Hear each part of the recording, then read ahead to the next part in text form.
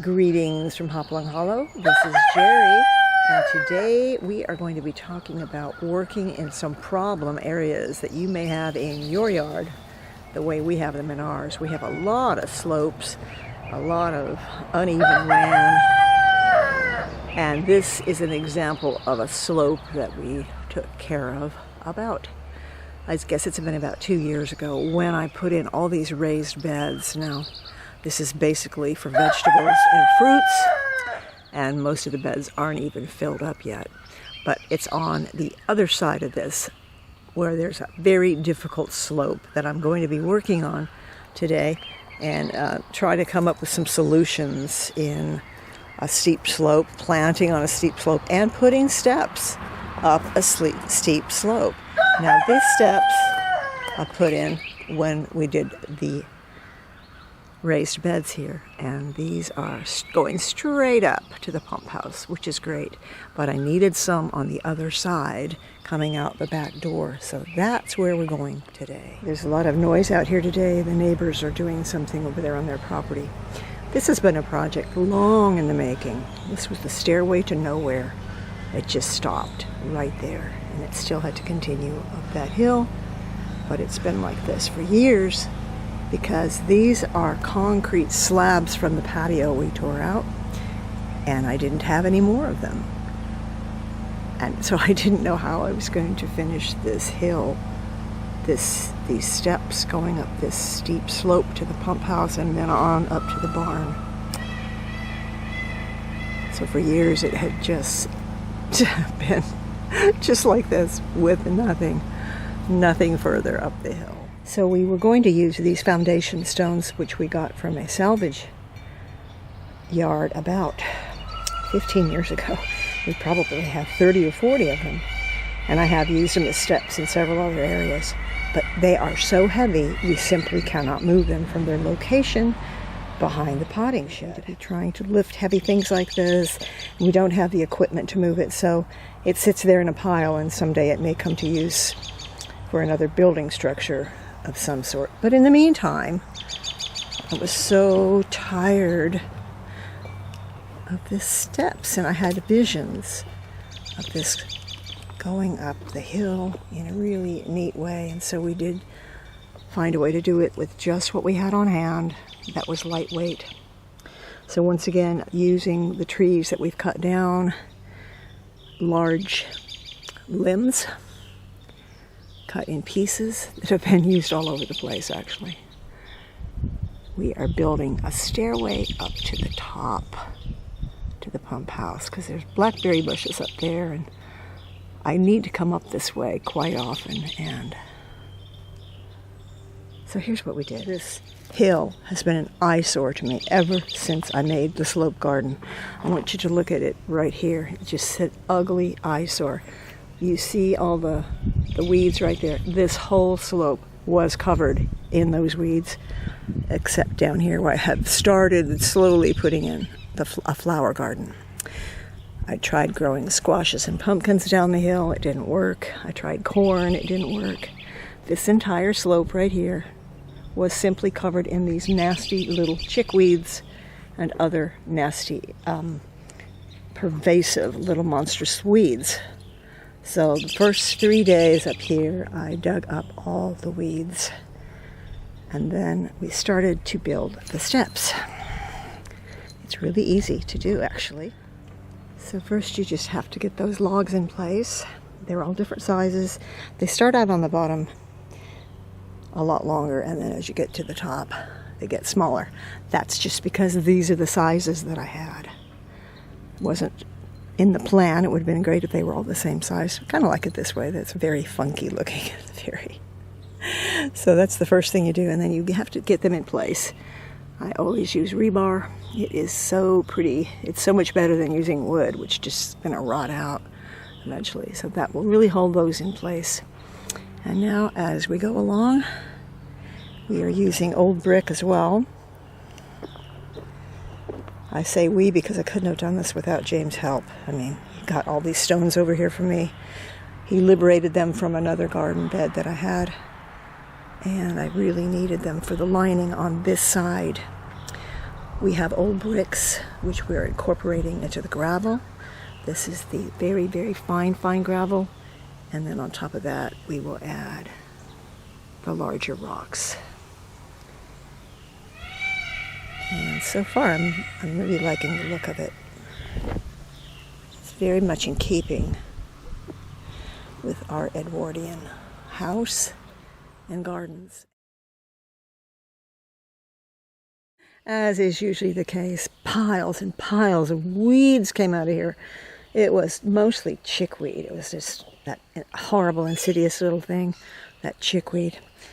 You know what? Give me creeping Charlie any day of the week over chickweed. But I did have a lot of plants that were in here too, so that's good. What have we got? Some rudbeckia and some oxeye daisies, wildflowers really, and some monarda. And then I only have this little bitty strip right here. I still have a little pile of weeds to go, and a couple of crabgrasses, and some nasty things over there. Then we can get this filled in with basically wildflowers. But I really like this. Now, I'm not leaving the bricks on this side. They're just here for now, just to hold in the gravel and rock while it settles in.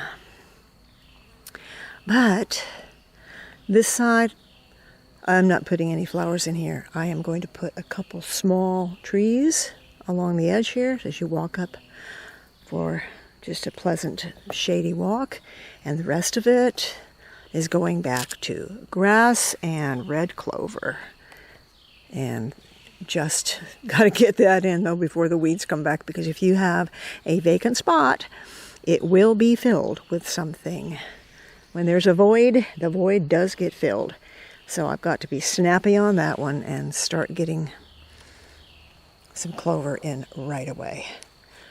My blackberries are going to produce this year. And just about, I guess the only thing I need up here at the top, because this is the top, I don't need steps going up to the barn. It's not as steep. It's an easy walk. But I suppose a little chair would be nice up here. But I do have to come up to the pump house, and I have to go into the compost pile. Well, as usual, I'm not using a gimbal, so you have to put up with my shaky camera work. Here she is again. And here is the start. A little indication of what this is going to be looking like going up the steps to the top of the hill. I really like it. I really like it. Pretty much got the steps in place and very, very secure. But now we are left with bare slopes because most of the weeds have been taken care of. I still have a few patches here and there.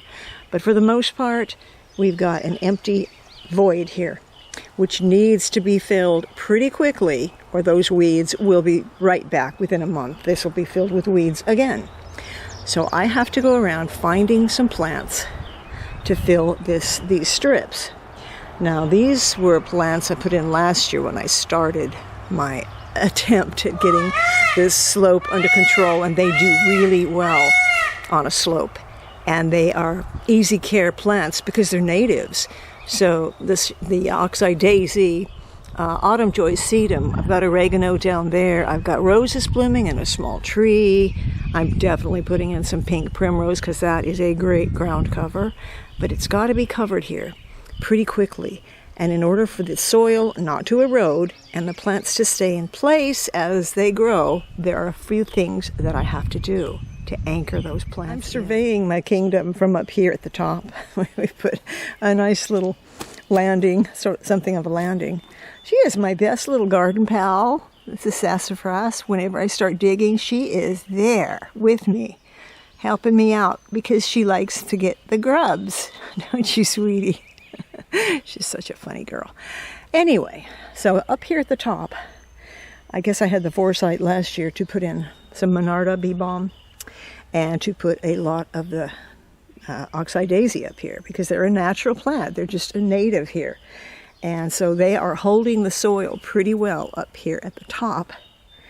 And as I go down the slope, I will be adding more and more of these native plants. Now, in order to anchor the plants in and allow them so that when it rains, this stuff just doesn't go straight down the hill again. That's what the weeds were doing. They were keeping it from eroding. I have to make little pockets of soil. And in order to do that, you need something to hold it in. So a log, a stick, a brick, a rock, any sort of thing that will just hold that soil in so you can put a pocket to put your plant in. And these are just temporary until your plants really take hold. Because you can see that these oxeye daisies, they aren't going anywhere. They have a strong hold here. And they are they're doing a very good job of keeping that soil in place. So these are just temporary barriers for our plants to be secure. So I'm working my way down the hill, and I am making these pockets of growing area using the old logs. Now, if I left the logs in place, it would be fine. They'll just rot down. Pretty soon you won't see those logs at all. And if I just left them there, they'd just become a nice organic mulch for these plants. So over here, I got all these things from our yard. They were just growing on the sidewalks or extra plants. And I split up in the gardens. So they look a little rough right now. They're kind of drooping because they just got transplanted. I took a big, beautiful batch of catmint nepeta, split it into about 6 different sections, maybe more than that, and I'm going to get a lot of catmint on this hill. Bee balm here. So we're working our way down the slope. I think it's probably better to start at the top than it is to start at the bottom, but eventually I do have I have a lot to fill. You can see that I've got a lot to fill. So I hope that I can find enough fill-in plants for free. If I have to buy anything from the nursery, it might be some garden sage, maybe. I've got a lot of things growing in the greenhouse, but they're so tiny right now, I don't know. But they'll be great fill-in plants for whatever I can't get in here. So far so good. It's actually rather enjoyable. Okay, this is a plant I dug up from the front garden. This is a variegated liriape. Most of all, this is a ground cover. Now this came from one small plant, which just grew and grew and grew into this great big clump. But it's actually many different plants. And I can easily split this apart and probably get 20 or 30 plants out of this. This is great for a really steep area on this slope. And I'll show you what I'm talking about. This is the pump house at the top of the hill. We don't use the well anymore. However, when it rains heavily, the well does fill up, and then the extra water comes pouring down this dry creek, making it a wet creek. And this is the troublesome little slope that runs alongside this garden and this side of the vegetable slope. So this little area right here is something I need to have anchored in, or all the dirt will flow into this gully and fill it up, and it will be worthless to us. So this is plant by plant by plant. Fill it in with that liriape ground cover. It looks like kind of a boring grass, but it does produce a beautiful little purple flower in late summer and early fall. I was able to divide this plant into 10 different plants, 10 new plants. I could have probably divided it even farther, but I did want it to have decent size clumps. So these will be dispersed along this new slope garden somewhere. At the top, I dug up a small rose of Sharon. Now, rose of Sharon can get to be a pretty tall bush. But if you train it properly, it doesn't have to spread every which way. I've planted it pretty far away from my edges here because I know that this will really branch out. But I can also train it to be more like a tree rather than a very, very heavily limbed bush. So I'm going to keep my eye on it. And of course, as you can see, once again, this is all flopping over. And that's because I just put it in. And then I actually did purchase something today. I got a spirea because I really love these as bushes. This is full sun here, and I think this will look great up here in the corner. So far, we've completely transformed this area right here. Somebody's waiting. Are you waiting on a worm again? Okay. She's so funny. Completely transformed this from the very beginning of this video, and here are some more flopping over plants. These are perennial sunflowers. They grow like crazy in our front garden, and I just pulled them up, plopped them in here.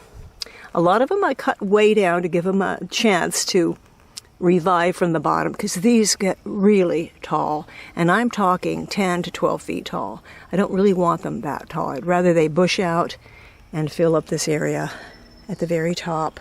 This poor dame's rocket, it was just growing in the middle of the field. Pulled it out. I'll probably cut the flowers off and cut it way down to about a foot from the ground and give it a chance to revive. So,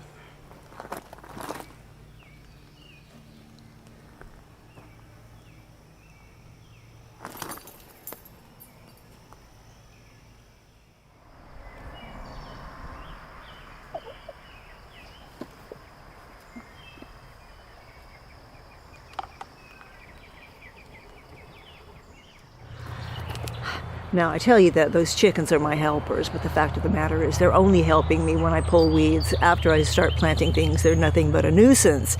And that is why, as my plants are growing, I have had to cover them with wire and barricades and cloches just to keep them from the chickens, because they've already been in here digging in all this leaf mulch that I have laid down to keep the weeds from. It's been raining all day, and I haven't been able to get out here and finish this job. But it was a good trial to see how well the slope held up with a torrential rainpour, which is what we had. Now let's see how things held up.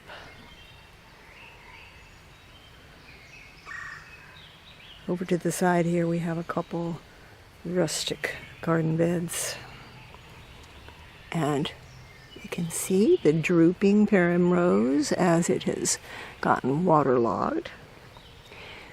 Here is a liriope that I was talking about. This is the plain liriope, and this, as I said, is great to put on a slope to hold it in place, but this has been here for about a year.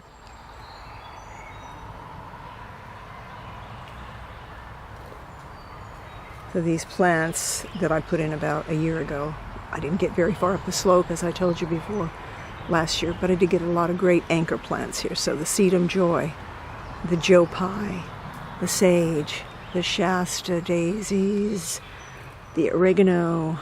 This is a crepe myrtle tree. Now let's go up further and see, and of course this is a great ground cover sedum. And it really annihilates the weeds. It just chokes them out. And it's this pretty chartreuse color. So the gravel is holding well in place. I love the way everything looks after a rain. Let's go up the steps. Sorry, it's going to be choppy.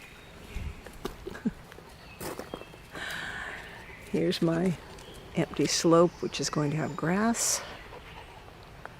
I did buy a few plants, just 3. I bought the spirea, and I bought 2 pots of this beautiful sage right here. I'm going to split that sage probably into 2 to 3 sections to get more plants out of it. Now down here at the bottom, where the stone curves around and you start going up the steps, in this little pocket right here, I thought would be a good place for lavender. But you know me and lavender, we don't get along very well. So this is very rocky and sandy here. Not much nutrition in it, and apparently that's what they like. So we'll see, we'll give it another try. I mean, if it doesn't grow in this location, I just don't know. I am so fed up with lavender, I'll tell you. If it doesn't work, you know what I'll do? I will just put sage or catmint in here because they don't give me any problems at all.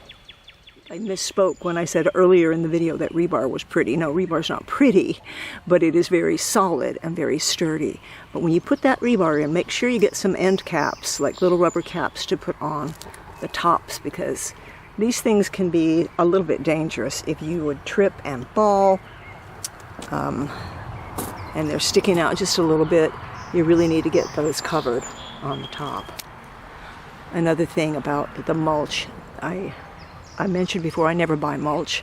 Rarely do I ever. But I do get a lot of free mulch because I get a lot of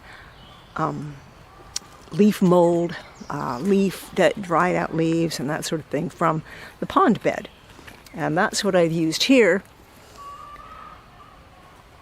to hold this soil in place and to keep the weeds from cropping back up again. Now I realize this is not beautiful, not yet, because it has to revive and these plants have to fill out, but they are the same plants repeated over and over again.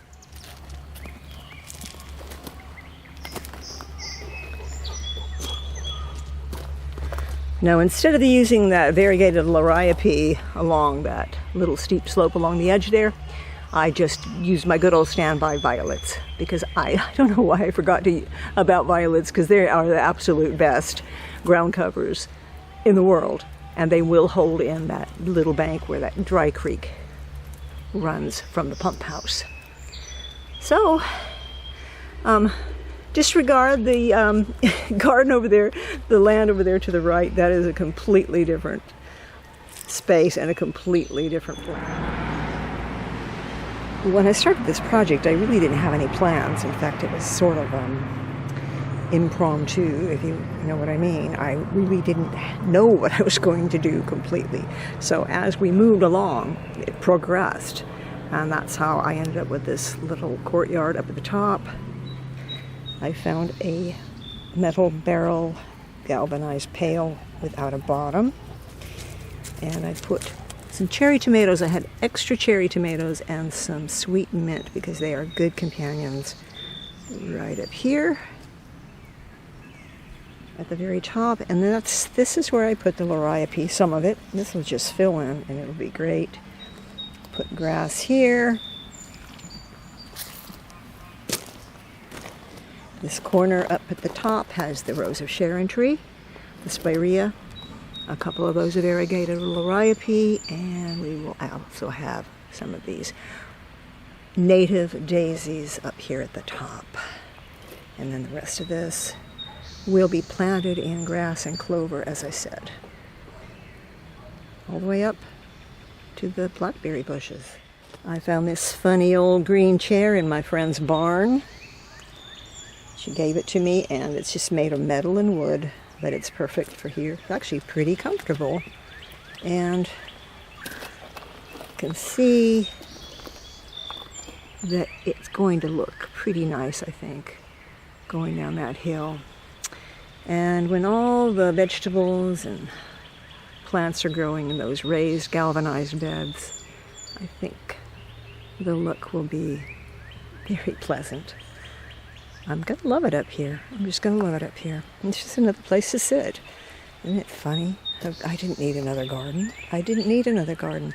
I just wanted steps up the hill. And the steps turned into another garden. However, this is going to be a really carefree garden bed because everything here is a perennial. And everything here will just get wider and wider and wider, and grow together in a great big mound, we hope, like it did down there on the bottom.